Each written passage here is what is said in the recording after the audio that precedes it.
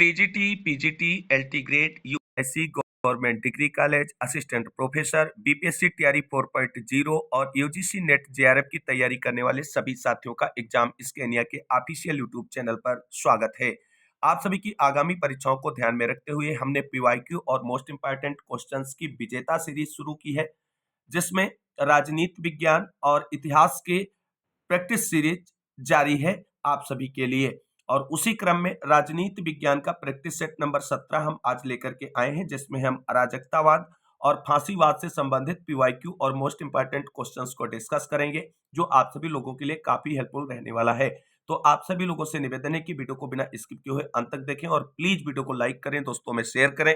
जितने भाई बहन चैनल पर पहली बार विजिट कर रहे हैं और अभी तक चैनल से नहीं जुड़े हैं, तो चैनल को सब्सक्राइब करके बेल आइकन जरूर दबा लें आगे की तैयारी को फ्री ऑफ कॉस्ट जारी रखने के लिए। तो आइए दोस्तों शुरू करते हैं आज का यह प्रैक्टिस सेट और देखते हैं अराजकतावाद और फांसीवाद से संबंधित पीवाईक्यू और मोस्ट इंपॉर्टेंट क्वेश्चंस की विजेता सीरीज का प्रैक्टिस सेट नंबर 17 का पहला प्रश्न।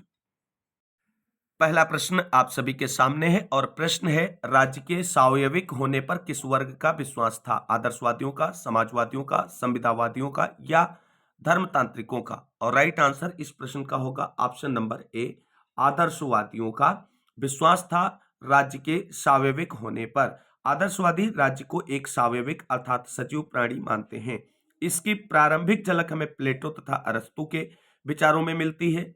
प्लेटो राज्य को व्यक्ति का बृहत रूप मानता है और वास्तव में रूसों के सिद्धांतों को ही वर्तमान आदर्शवाद की नींव माना जाता है।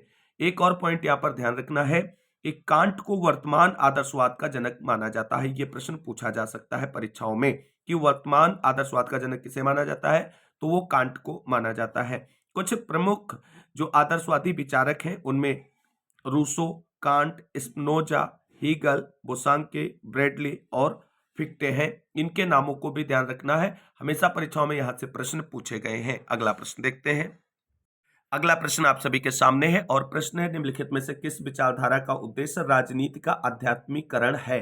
मार्क्सवाद, समाजवाद, सर्वोदय या बहुलवाद?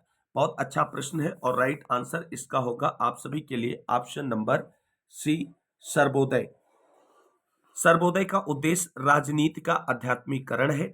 सर्वोदय शब्द का प्रयोग गांधी जी ने सबसे पहले रस्किन की पुस्तक अनटू द लास्ट के हिंदी रूपांतरण के शीर्षक के लिए किया था।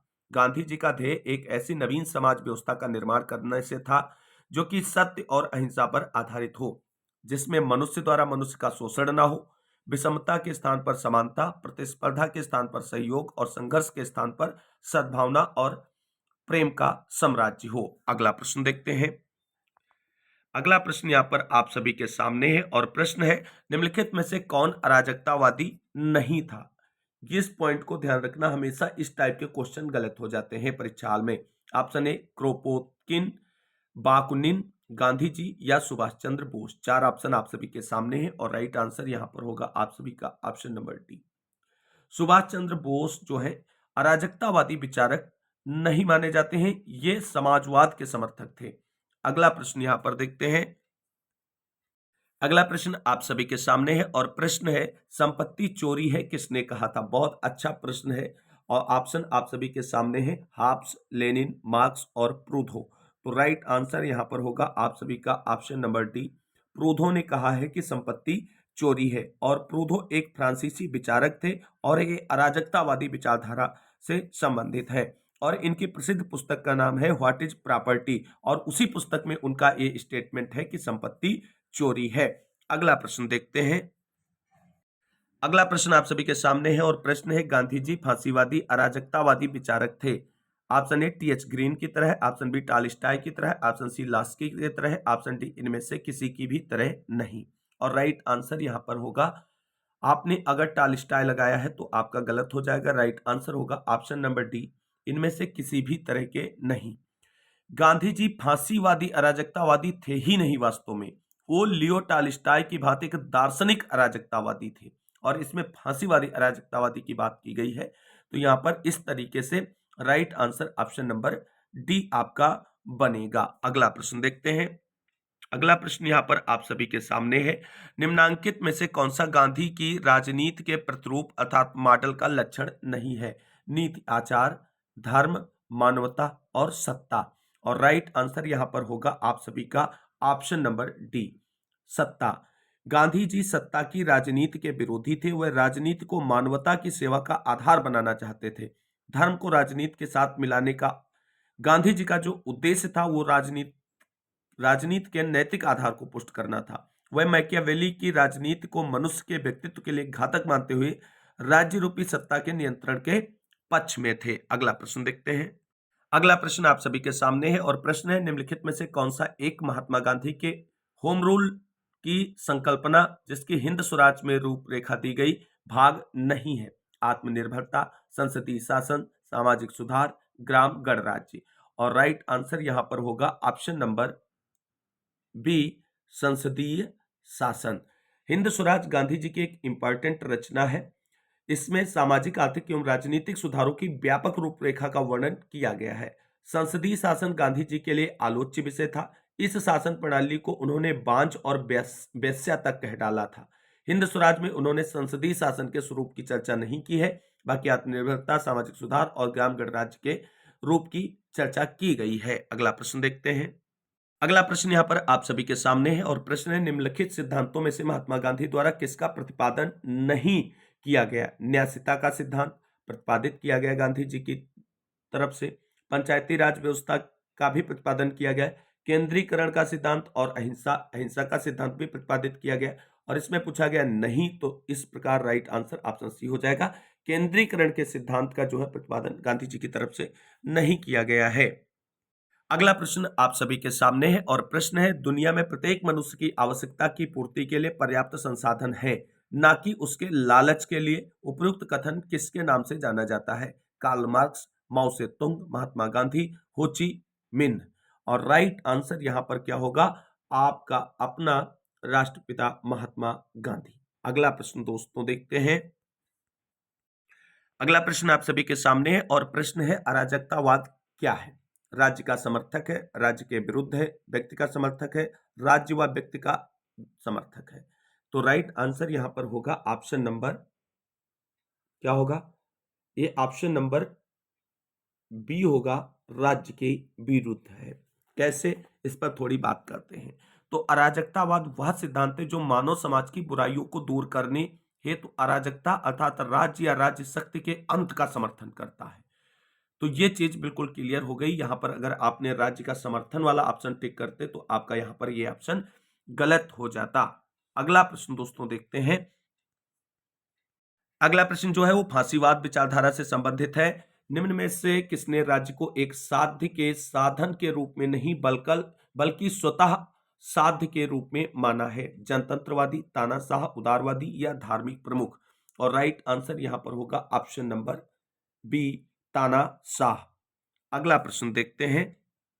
अगला प्रश्न आप सभी के सामने है और प्रश्न है, आधुनिक तानाशाही ने जन्म दिया, निम्न में से सही कथन चुनो। किसको जन्म दिया?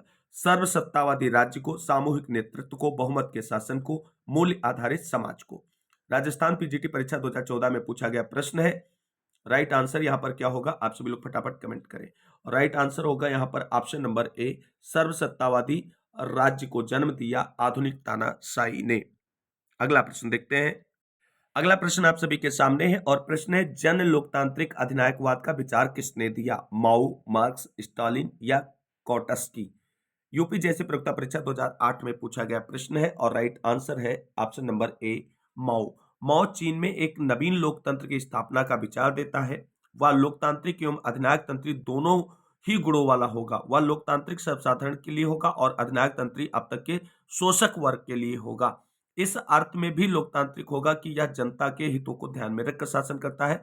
और अधिनायक तंत्री इसलिए कि क्रांति के विरोधियों के खात्मे के लिए यह निरंकुश शक्ति का प्रयोग करता है। चीन में समाजवाद के संस्थापक माओ जेडोंग ने इसका वर्णन अपनी पुस्तक द पीपल डेमोक्रेटिक डिक्टेटरशिप में किया है।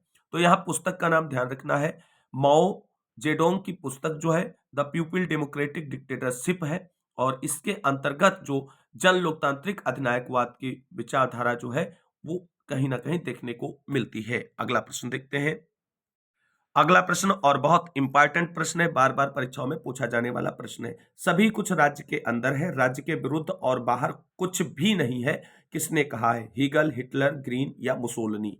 तो देखिए यहां पर राइट आंसर आप कैसे चुन सकते हैं, ग्रीन और हीगल ये यहां पर नहीं है, यहां पर हिटलर या मुसोलिनी में से आपको एक चुनना है और राइट आंसर यहां पर है ऑप्शन नंबर डी, ये स्टेटमेंट मुसोलिनी का है।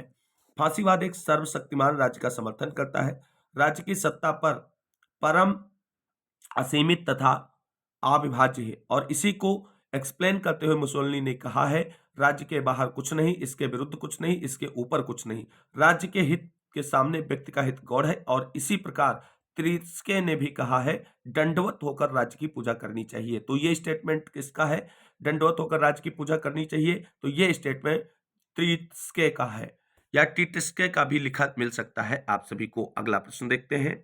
अगला प्रश्न यहाँ पर आप सभी के सामने है और प्रश्न है, सब कुछ राज्य के भीतर है, राज्य के बाहर कुछ नहीं और राज्य के विरुद्ध कुछ नहीं, यह कथन इंगित करता है एक कल्याणकारी राज्य, सर्वाधिकारवादी राज्य, प्रजातांत्रिक राज्य, वर्ग व्यवस्था राज्य। तो यहाँ पर ए और सी तो ऑप्शन बिल्कुल गलत है, ये हो ही नहीं सकते हैं।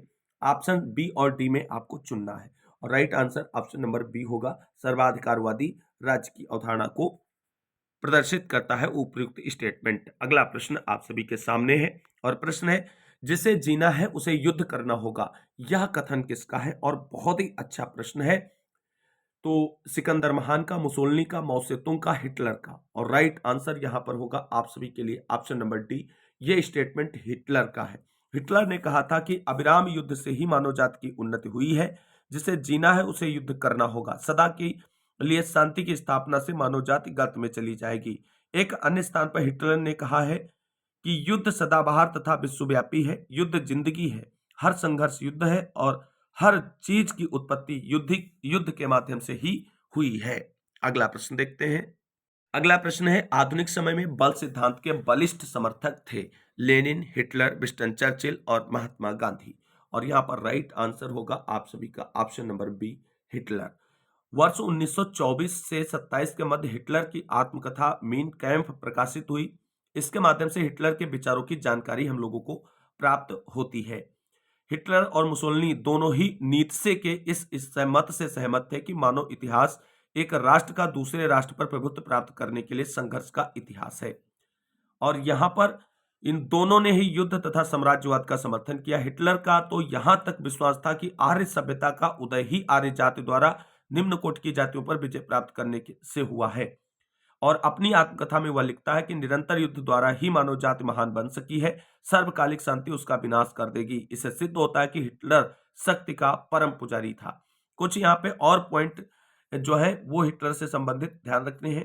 हिटलर का विचार था कि झूठ भी बार बार दोहराने से सत्य बन जाता है। और दूसरा जो उसका मेन पॉइंट है वह है, हिटलर को हीगल का राजनीतिक शिष्य कहा जाता है। तो हिटलर को किसका राजनीतिक शिष्य कहा जाता है, हीगल का कहा जाता है, यह ध्यान रखना। इटली में गियोनी जेंटिल ने हीगलवादी दर्शन का अनुसरण किया और दर्शन के आधार पर फांसीवाद की प्रतिष्ठा की इटली के अंदर। अगला प्रश्न देखते हैं। अगला प्रश्न यहाँ पर आप सभी के सामने है और प्रश्न है, नाजीवाद का जनक कौन था, इंदिरा गांधी, मुसोलिनी, हिटलर या लेनिन। और राइट आंसर यहाँ पर होगा ऑप्शन नंबर सी, नाजीवाद का जनक हिटलर को माना जाता है और इसका उदय जर्मन में हुआ था। अगला प्रश्न यहाँ पर दोस्तों आप सभी लोगों के सामने है। अगला प्रश्न यहाँ पर आप सभी के सामने है और प्रश्न है, निम्न में से हिटलर ने किसकी वकालत की, नाजीवाद, फैसिज्म, लोकतंत्र या अराजकतावाद। और राइट आंसर यहाँ पर होगा आपके लिए ऑप्शन नंबर ए, हिटलर ने नाजीवाद की वकालत की थी। अगला प्रश्न देखते हैं और अगला प्रश्न यहाँ पर आप सभी के सामने है, अस्थायी अधिनायकवाद के स्थायी और सुस्थापित अत्याचारपूर्ण व्यवस्था बन जाने की संभावना सदा बनी रहती है, यह कथन किसका है, केसीवियर, गार्नर, विलियम एंड्रयूज या बार्कर। और राइट आंसर होगा यहाँ पर ऑप्शन नंबर ए, केसीवियर। केसीवियर की प्रसिद्ध पुस्तक मॉडर्न कॉन्स्टिट्यूशन में चेतावनी देते हुए उन्होंने लिखा है कि शासक वर्ग युद्ध या आपात की स्थितियों में शक्ति को अपने हाथों में केंद्रित कर लेते हैं, उसे स्थायी बनाकर अत्याचारपूर्ण व्यवस्था में बदल देते हैं। और इसी रेफरेंस में उन्होंने आगे लिखा है कि अस्थायी अधिनायकवाद के स्थायी एवं सुस्थापित अत्याचारपूर्ण व्यवस्था बन जाने की संभावना हमेशा बनी रहती है। अगला प्रश्न यहाँ पर आप सभी के सामने है और प्रश्न है, निम्नलिखित में से फांसीवाद की विशेषता कौन सी नहीं है। फांसीवाद एक सर्वशक्ति संपन्न राज्य का समर्थन करता है, बिल्कुल सही है ये बात। दूसरा, इसमें जातीय सर्वोच्चता पर बल दिया जाता है, बिल्कुल ये बात भी सही है, हिटलर ने कहा है आर्यों को लेकर के।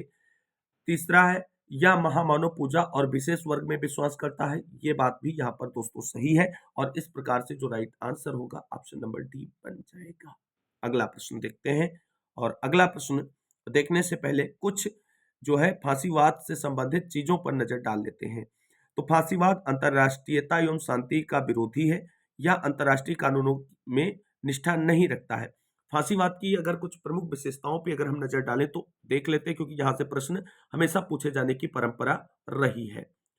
तो पहली है, यह विचारधारा का विरोधी है एवं इसका कोई क्रमबद्ध दर्शन नहीं है, यह कार्य प्रधान आंदोलन है एवं व्यवहारिक है। दूसरी जो विशेषता है, यह सर्वाधिकारवादी अवधारणा है एवं राज्य को सर्वोच्च एवं सर्वशक्तिमान संस्था मानती है। तीसरी विशेषता है, यह समाजवाद एवं साम्यवाद की विरोधी है। चौथी, यह तर्क एवं बुद्धि विरोधी है। पांचवी विशेषता जो इसकी है, यह महामानव पूजा एवं विशिष्ट वर्ग में विश्वास करता है। छठी विशेषता है, यह लोकतंत्र की भी विरोधी है। कौन? फांसीवाद। अगली विशेषता जो है, यह हिंसा एवं युद्ध का समर्थन करती है। और अगली विशेषता, यह उग्र राष्ट्रवाद का समर्थन करती है। और फांसीवाद जो है व्यक्तिगत स्वतंत्रता का भी विरोधी है।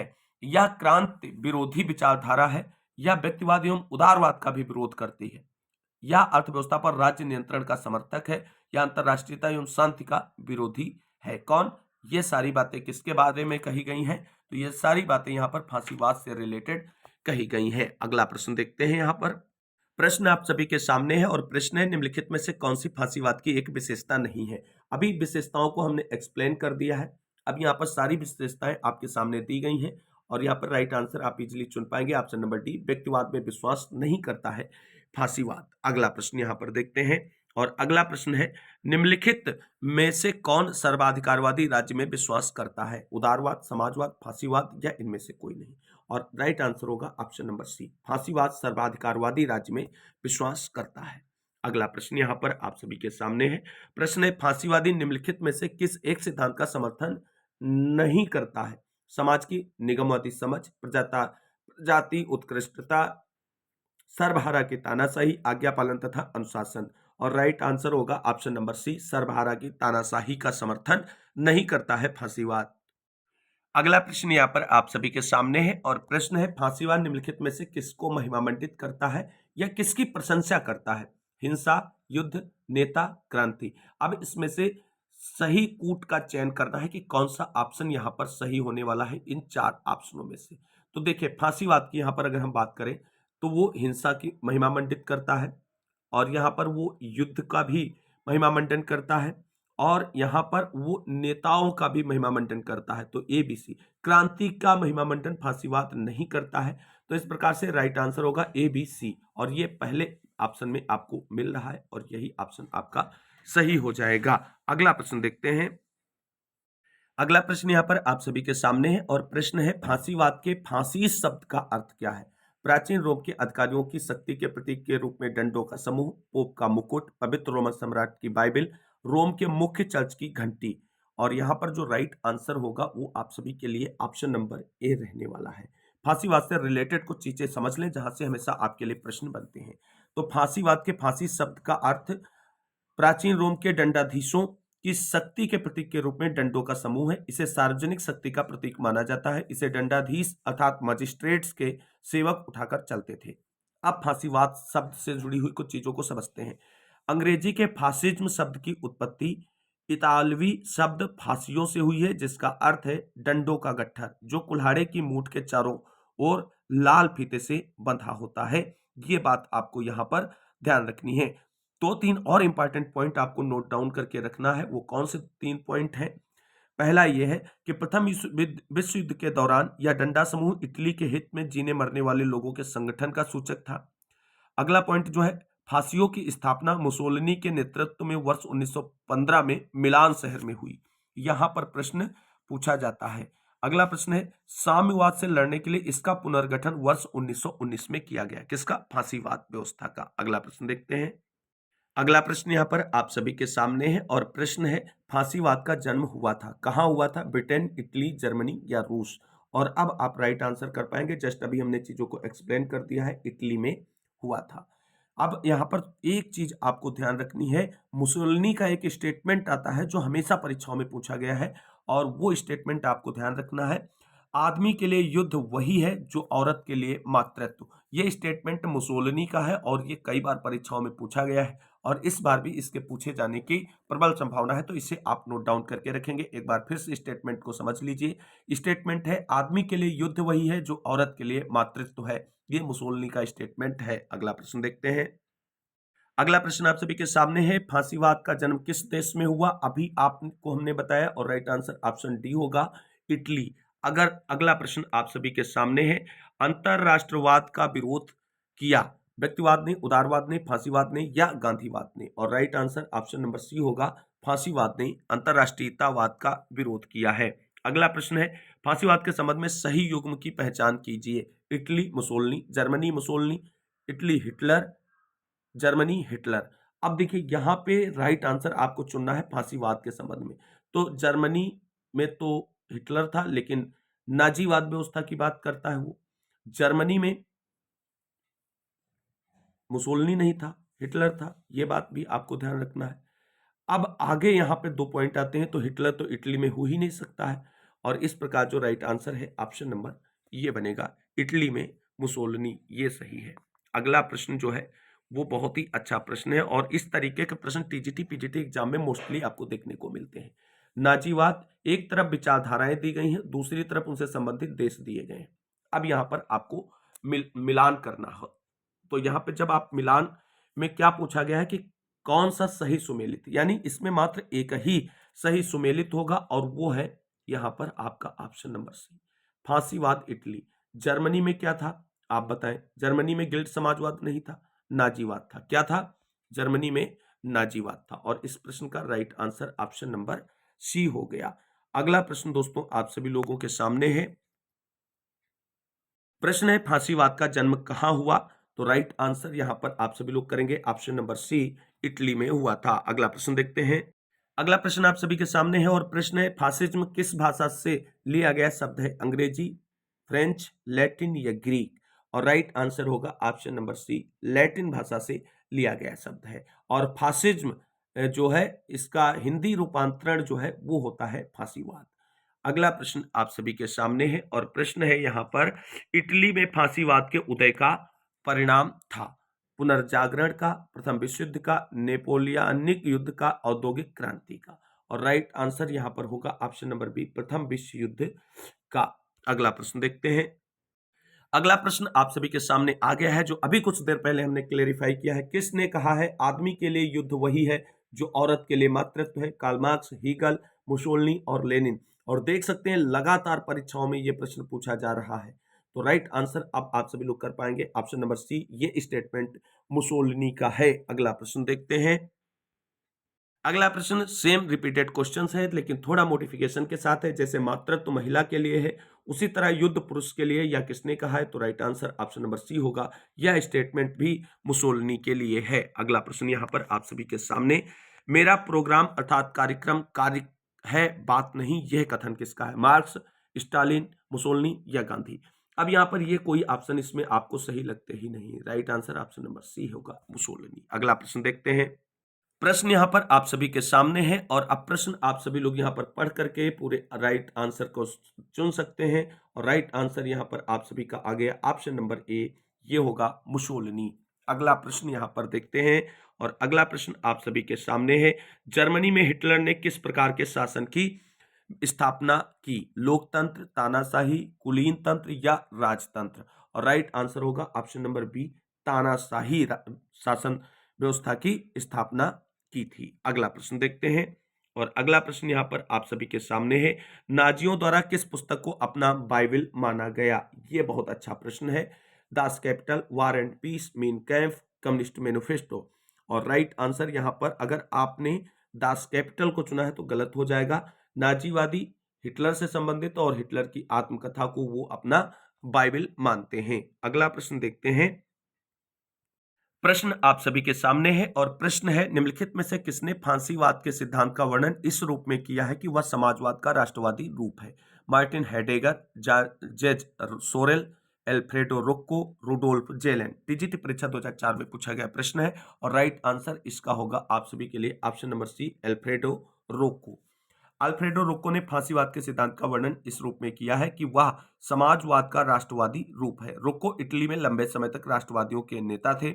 वह इटली में नए गठबंधन सरकार में न्याय मंत्री थे और जो अभी आपने स्टेटमेंट देखा है उसे 1925 में चैम्बर ऑफ डिप्यूटीज के समक्ष भाषण देते हुए जो है एल्फ्रेडो रोक्को ने कहा था और कहा था कि समाजवाद का राष्ट्रीय वर्जन प्रत्येक लोगों में खुशी लाएगा। अगला प्रश्न देखते हैं।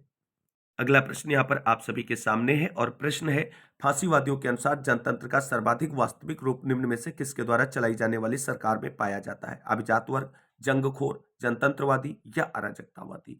और राइट आंसर यहाँ पर होगा आप सभी के लिए ऑप्शन नंबर ए, अभिजात वर्ग में। थोड़ी चीजें यहाँ पर समझ लेने की जरूरत है आप सभी को। जो फांसीवाद के प्रमुख सिद्धांत है, तो फांसीवाद के प्रमुख सिद्धांतों पर अगर नजर डालें तो इसमें कई सिद्धांत जो है वो आते हैं। पहला है विचारधारा का अभाव, बुद्धिवाद के खिलाफ, अंतरराष्ट्रवाद, युद्ध प्रेम, सर्वशक्तिमान राज, विशिष्ट वर्ग में विश्वास, हिंसा को महत्व, समाजवाद, साम्यवाद तथा लोकतंत्र, तीनों विचारधाराओं का विरोध है फांसीवाद। अगला प्रश्न देखते हैं।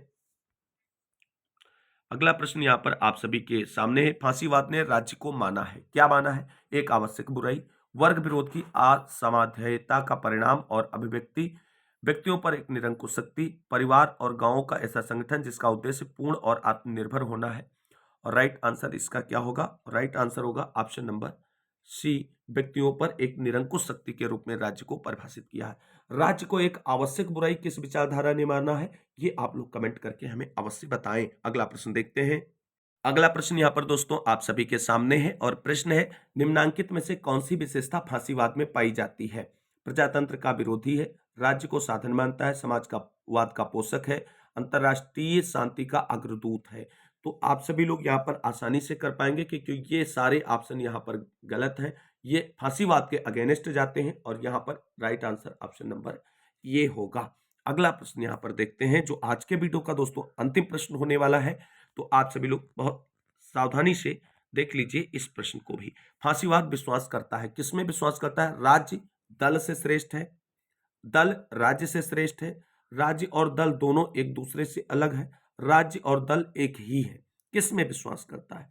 तो राइट आंसर यहाँ पर आपका होगा ऑप्शन नंबर ए। फांसीवाद विश्वास करता है कि राज्य जो है वो दल से श्रेष्ठ है और दल से श्रेष्ठ होने के साथ साथ सर्वश्रेष्ठ है, इस तरीके से आप मान सकते हैं।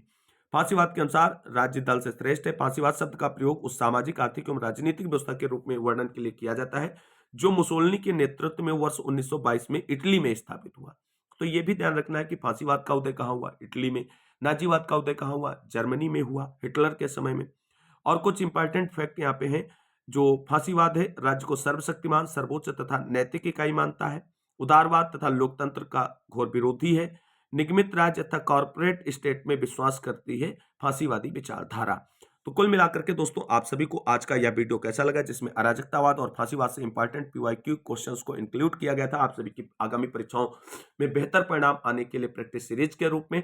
और अगर वीडियो अच्छा लगा है तो लाइक करें, दोस्तों में शेयर करें। चैनल से नहीं जुड़े हैं तो चैनल से जुड़ जाए आगे की तैयारी को फ्री ऑफ कास्ट जारी रखने के लिए।